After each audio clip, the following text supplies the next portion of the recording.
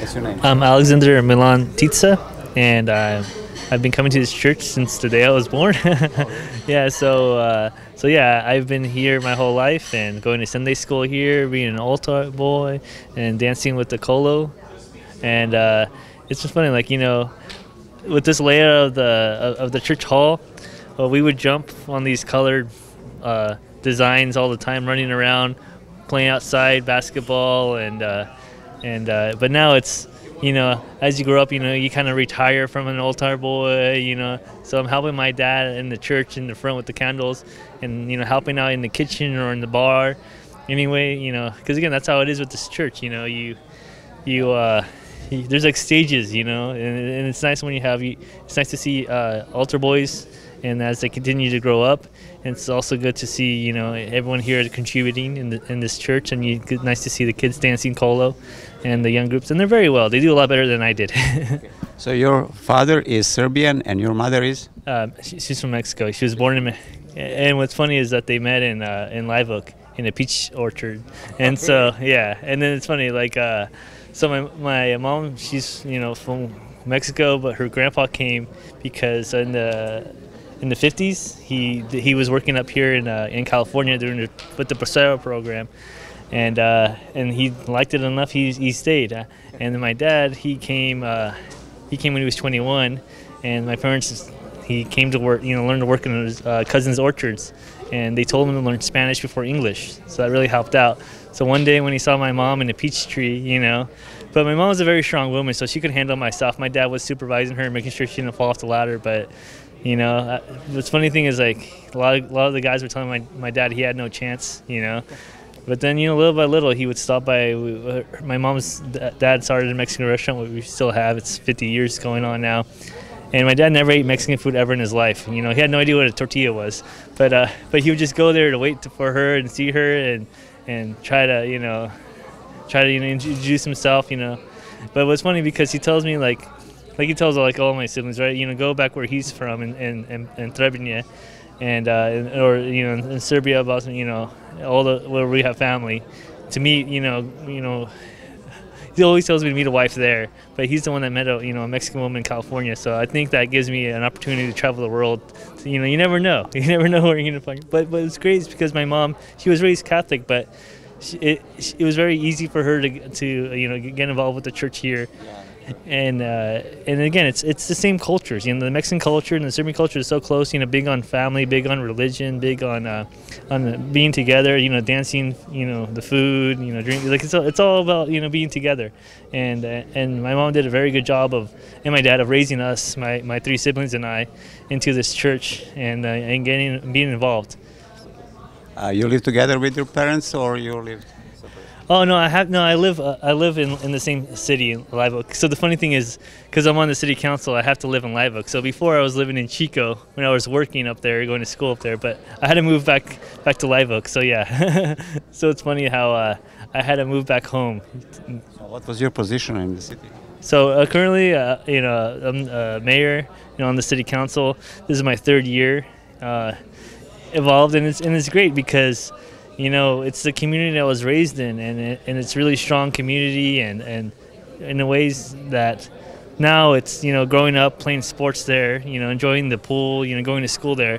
And I realized a lot of that, you know, happened because we had, you know, service organizations like the Lions Club, but also the city provided a lot of that recreation, you know, the sports and the schools. You know, it was great that now when I made a decision to run, my whole vision was, you know, making sure that the youth, the kids growing up, appreciated our city and getting them involved. So I'll still go back to the schools, to elementary, middle school, high school, and talk to the kids about how important, you know, it is to have, you know, education is, but also, you know, your community and the strong ties. And we have a lot of churches in Live Oak, but we don't have a Serbian church yet. But how many Serbians are living over there? Right now, it's just our family. It's my dad. It's my three siblings, and then my brother, his wife is from Trebinje. They actually met at my sister's wedding, her husband's also from Trebinje. So it's funny how, you know, I always make a joke, because now that how there's more Serbians growing in Live Oak, you know, every year, because 2 years ago my sister had a daughter in January, And then that same year, my brother had a daughter with his wife, was in June. And then this year, they now have another daughter that was born in January. So I have 3 nieces. And then I joke around in the council meetings when I announced their births that, we need to start having the signs written in English and Serbian, because there's more of us, we're increasing the population of the city, so it's really nice. How big is that city? So right now, Live Oak is about 8,700. But we're getting close to 9,000, and what's happening, because with the Paradise fires, we've had a lot more people moving in. So our city's growing. We're building more houses, and we're right on Highway 99, in between Chico and Sacramento. And so it's easy where people. It's an easy, nice, safe place to live. And at the same time, as we grow, we're doing larger infrastructure projects. We're doing expanding our highway to 4 lanes. We're doing a lot of work on. Around our schools, because our schools are now getting bigger, more students are coming, so we're building new gyms, we're building new classrooms, and as a city, we're preparing for the future. So are you gonna run one more term?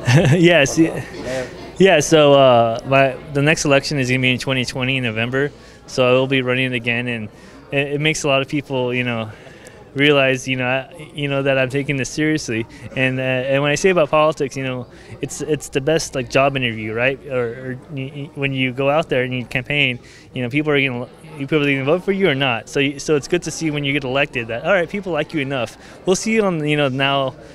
This is gonna be my 2nd term, so we'll see if I made more people happier or mad. So we'll find out. But no, it's great because it's just a vision of the city, and I could tell people, why I wanted to. When I campaigned the first year, I was 24, and when I got elected, I was 25. But my whole point is that we have the vision of the future. The youth in our communities, and we take it seriously because we want to live in our communities longer, so we want to make sure that they're developed the correct way. The young people can stay. Exactly. Exactly. Whether it's jobs, whether it's housing, education, it's all important. We want to have value in our communities, and it's been an amazing experience so far. So I can see that next step after this election is you're gonna run for the government. Yeah. It's a lot of people it's funny because a lot of my family friends, they call me the governor or the president. I'm like, no. It's 2 different, I like Live Oak right now. We'll see in the future how this goes, but I really enjoy the small community atmosphere. But it's funny because even people here in the church are telling me that, they can't wait to vote for me when I run for governor or anything like that, or president. I'm like, well, I'll tell them okay, we'll see, Let's wait till the nice thing about being president, you have to be 35. So that's 7 years away. So, we'll see. But of course, you never know, And then of course, running the expenses, of running the campaign, it's a lot. So we'll see. Hopefully, there's a lot of generous people out there when that happens.